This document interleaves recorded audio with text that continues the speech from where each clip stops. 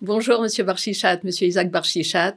J'ai pas de mots pour vous remercier. Vous avez un avion dans 2 heures. Vous êtes venu au studio de Torah Box pour nous parler un petit peu de vous et de votre action qui est absolument géniale. Voilà, on veut en savoir un petit peu plus. Je dis en 2 mots, mais vous, peut-être que vous nous ferez une petite biographie, une petite autobiographie. Vous êtes expert comptable de formation. Vous avez des bureaux en France et aux États-Unis. Vous avez grandi à Sarcelles dans une famille pratiquante, je suppose. Et en fait, vous êtes le représentant du président Trump en France et vous êtes le vice-président du Parti républicain des États-Unis en France. Alors ça, c'est vraiment un parcours surprenant. Alors déjà, je voudrais remercier Torah Box parce que pour moi, c'est un honneur d'être ici, depuis la France où d'ailleurs, vous faites un travail merveilleux et on est très content de vous soutenir, en tout cas très content aussi de vous écouter. Mon parcours est effectivement un peu atypique, mais aussi typique puisque j'ai grandi à Sarcelles, après j'ai fait la yeshiva d'Aix-les-Bains. Après, j'étais à Bnei Brak, ici, à Keter Shlomo. Et après, j'ai continué ma petite vie aux États-Unis où j'ai fait un diplôme d'expert comptable américain et après français et canadien à la Yeshiva University où j'ai rencontré justement beaucoup de juifs du monde autre qu'on ne connaissait pas, monde ashkénaze, monde américain, monde anglophone, français que je suis, c'était une grande nouveauté, monde de la Torah à l'américaine aussi, puisque les grands yeshivot, à Lakewood, Mir et autres, et puis les grands donateurs américains aussi, c'est important de comprendre ça. On est dans d'autres dimensions. On est dans d'autres dimensions, et je pense que les Français de manière générale, avant de revenir sur notre sujet, ont tout intérêt, religieux ou pas religieux, mais à s'inspirer du modèle américain parce qu'il y a beaucoup de bonnes choses à prendre dans la culture américaine, la façon de travailler, la façon de voir la vie, la façon de voir les choses. C'est pas pour rien aussi que les États-Unis sont la première puissance du monde. Et on sait qu'en dans le monde juif aussi, c'est souvent les Américains, le cliché avec l'argent, mais ils travaillent comme tout le monde.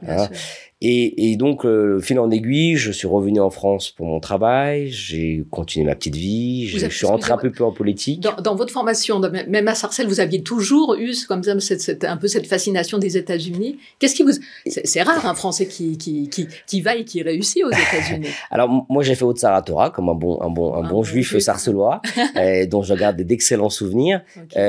On avait tous une fascination dans les années 80-90 sur les États-Unis. C'était, voilà, on parlait 3 mots d'anglais, on a toujours eu, je pense de manière générale, les Français encore aujourd'hui ont beaucoup de fascination pour les États-Unis parce que c'est ce grand pays qui attire énormément. Mais moi, j'ai pris ce rêve au sérieux puisque après mon année d'Yeshiva ici, qui était importante en Israël, je suis parti vivre aux États-Unis. Je me suis d'ailleurs marié là-bas. Mes enfants sont tous nés là-bas. Votre femme est américaine? Ma femme est américaine-canadienne. J'ai des affaires là-bas, j'y retourne régulièrement et c'est un pays, même si je vis aujourd'hui en France pour des raisons principalement professionnelles mais aussi politiques, je suis très content d'y retourner très souvent aux États-Unis et c'est un pays où Dieu existe partout dans la société américaine. Et je pense que c'est ça aussi. Pas seulement sur le dollar. Alors, bien sûr, les malveillants diront, c'est un pays argent, ils ont même rendu Dieu argent, mais c'est aussi un pays qui est mahamine et qui est croyant. Et ça, je pense que c'est très important et c'est l'une des particularités aussi du président Trump, c'est qu'il a dit, il veut ramener Dieu au sein de la société américaine qui a trop souvent été oubliée. Et quelle que soit la religion de ces gens-là, le fait que ce soit des Mahaminim et des Bnei Mahaminim, ça apporte déjà une relation différente humainement aux choses. Et ça, je trouve que c'est une nouveauté et c'est très important. Et nous, Français, nous devons aussi nous inspirer de cela. La vie a fait qu'en rentrant en France, de travailler, j'ai rencontré du monde, je me suis mis un peu dans la politique puisque j'étais assistant parlementaire à l'Assemblée nationale en France. J'ai été élu en 2020, élu de la République maire adjoint dans ma ville de Saint-Brice. Et de fil en aiguille, la situation mondiale, économique, forcément liée à l'antisémitisme, a fait que je pouvais plus, comme beaucoup de juifs, mais autres aussi, rester silencieux par rapport au fait que Trump, il y avait ce qu'on appelle le Trump bashing. C'est-à-dire que partout où vous allez dans les médias, on en voulait à Trump, on voulait le tuer, on voulait pas qu'il devienne à nouveau président. Je rappelle qu'il y a encore 1 an et demi, 2 ans, il avait une multitude de procès qui le suivaient. Absolument. Et Venahaforu, il est devenu ce qu'il est devenu. Et j'ai, moi, senti le besoin, depuis le 7 octobre aussi, qu'il fallait une voix aussi juive rentrer dans ce milieu-là, pouvoir parler le code politique. Et j'ai rencontré les bonnes personnes qui m'ont coopté dans un groupe des républicains de l'étranger, donc la représentation officielle du Parti républicain en France, dont je suis rentré timidement au début parce que je n'avais pas peut-être toutes les compréhensions. Et très vite, ça s'est bien passé et j'ai été effectivement nommé notamment porte-parole et autres. Et j'ai fait pas mal de médias en France, couvrant la période des élections. Mais aussi, depuis son élection, l'actualité est assez riche. Bien sûr, bien sûr. Si vous voulez, en quoi votre rôle, voilà, qu'est-ce que c'est exactement votre rôle? C'est de parler dans les médias, c'est de défendre son point de vue. Qu'est-ce que c'est? Qu'est-ce qu'on vous demande en tant que représentant du Parti républicain? On a forcément un groupe. Hein, je suis pas seul. Il y a un président. On est 2-3 autres porte-parole. Je suis le seul juif religieux, hein, parce qu'il y a un autre juif, mais pas tout à fait encore religieux. Et ça fait qu'on a des demandes régulières des médias pour intervenir sur des sujets. L'actualité politique, l'actualité économique et autres. Et pendant la campagne, on avait toujours en face des démocrates face à des républicains. Forcément, il fallait un équilibre politique des choses. Donc, je me retrouvais souvent, parfois même avec des juifs en face de moi, du côté démocrate, mais très à gauche. Très à gauche. Et depuis maintenant son élection, c'est beaucoup plus nous qui sommes invités à parler. Donc, on parle souvent dans les médias. Les médias, c'est pour expliquer le prisme, la vue du sujet pour lequel on est sollicité du Parti républicain de Trump. Pourquoi il a dit ça? Pourquoi il a fait ça? Comme l'événement qui s'est passé au bureau Oval avec Zelensky, où c'est parti un petit peu dans tous les sens. Et on nous demande de nous expliquer. Mais ce que les médias souvent oublient, c'est ce qui s'est passé avant. Et ça, c'est notre rôle aussi de le rappeler. Et en interne, nous, on reçoit aussi des éléments de langage, qu'on reçoit des US. Et grâce à ça, on a une grande facilité à répondre parce que Trump, je le sens qu'il est émette, il est vrai dans ce qu'il dit et ce qu'il fait. Il a peut-être pas la forme, mais on a aussi essayé la forme diplomatique qu'on connaît des gouvernements et hommes politiques depuis longtemps, et ça n'a pas toujours marché aussi.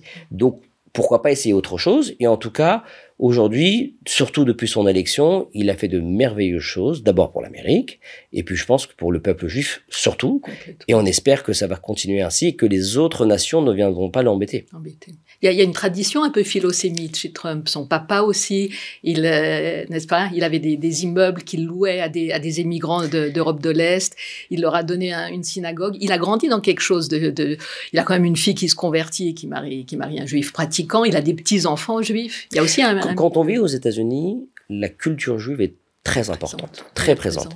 Et peut-être même parfois trop, parce qu'on a des gens qui se disent juifs par l'identité juive, de ce que le juif peut incarner, mais pas forcément ce que vous et moi entendons par être juif. Donc c'est aussi le côté extrême de la chose. Mais effectivement, quand vous partez à New York, et lui il a grandi à New York, le juif est partout. Et c'est vrai que le juif chassid, religieux, qui étudie, etc. Et ça aussi, c'est un point important qui a marqué Trump et sa famille. Et il raconte souvent des histoires où des froums lui ont fait des tovotes, que ça lui a marqué, que son avocat ne répondait pas le Shabbat, ou d'autres événements. Et on voit aujourd'hui, là, je rapprends dans chaque chose, que quand on fait un événement 20 ans, 30 ans, 40, 50 ans après, la roue fait bien les choses, elle revient. Et c'est aussi ça qui a marqué quelqu'un. C'est pour ça que l'essence même du juif, c'est de faire du bien, parce qu'on ne sait pas l'impact que ça peut avoir. Et on voit aujourd'hui que Trump a été clairement imprégné de ça dans sa jeunesse, ce qui évidemment permet une facilité d'orienter ses choix politiques. Complètement. Et dites-moi, pourquoi on l'aime pas en Europe, et en France particulièrement? Alors on l'aime pas parce que d'abord, il n'est pas issu de l'establishment. Il n'est pas issu. Exactement. Il n'est pas de grandes écoles. C'est d'un autodidacte. Il a fait de l'argent. Bon, son papa lui a remis $1 million à l'époque. C'était une grosse somme. Mais de ça, il en a fait des milliards. C'est quelqu'un qui casse les clichés. C'est quelqu'un qui est, je sais pas clivant, mais en tout cas, qui dit pas ce qu'on veut entendre. Voilà. Pas du tout politique. Et la bonne pensée que tout le monde veut nous faire croire que c'est le chemin à mener, lui, il est tout à fait contre. Il parle comme tout le monde. Et en politique, c'est nouveau. Parce qu'en politique, on a un art de dire n'importe quoi pour faire comprendre à nos électeurs qu'on le voit chez les mélenchonistes, on voit chez LFI et autres, qu'on veut faire croire, mais juste pour avoir des voix électorales. Lui, il n'a pas besoin d'argent, il est multimilliardaire. D'ailleurs, depuis sa deuxième présidence, mais même avant, il ne prend pas de salaire et il va directement à l'essentiel. Et ça c'est clivant par rapport à ce que la France a eu longtemps avec les États-Unis, et il veut remettre l'Amérique au centre de l'échiquier mondial. Et ça, c'est aussi, ça dérange parce que les Européens qui sont en manque de crédibilité et d'existence essaient de leur faire leur espace, mais l'Amérique vient et rééquilibre un peu les forces mondiales. Complètement, c'est très bien, absolument.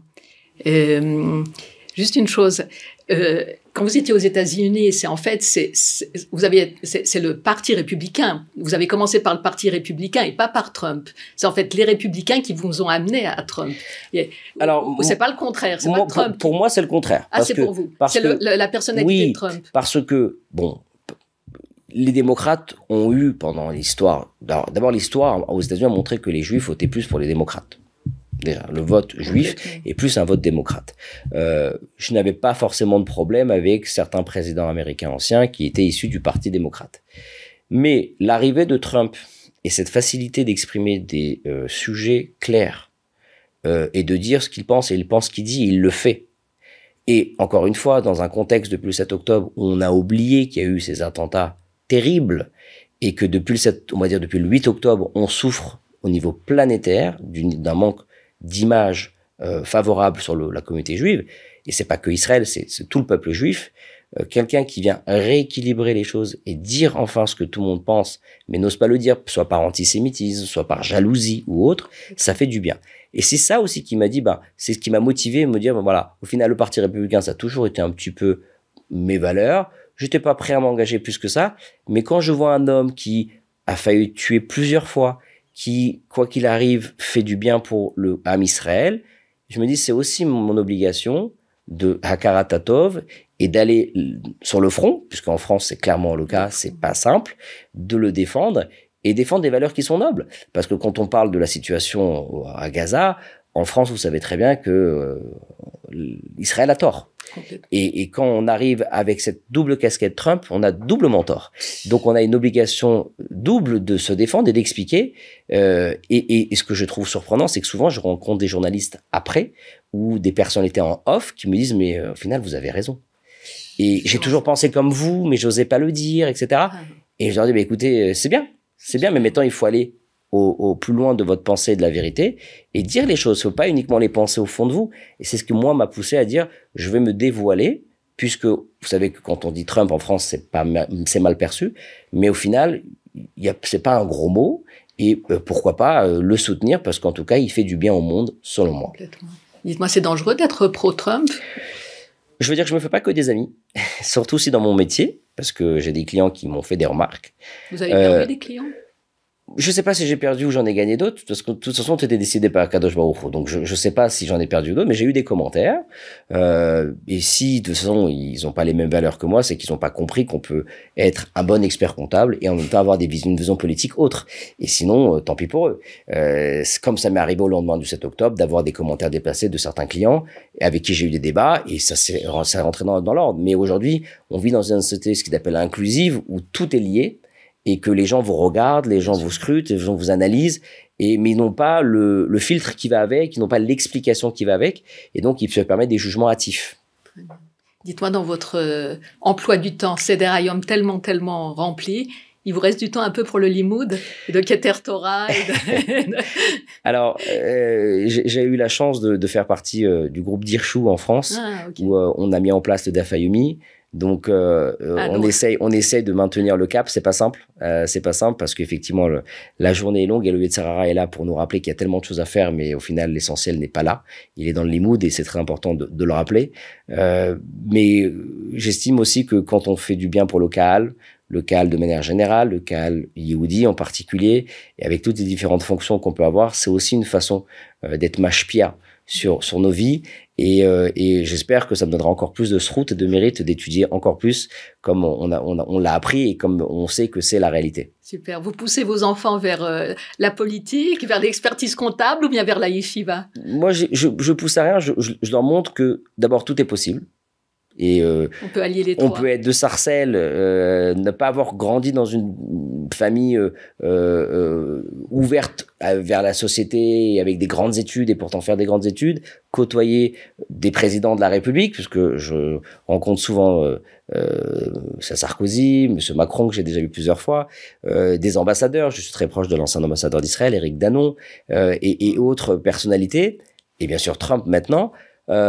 Et j'ai eu le plaisir d'avoir une petite carte qui m'a été envoyée pour la bar mitzvah de mon fils récemment par les équipes de Trump, donc ça fait plaisir.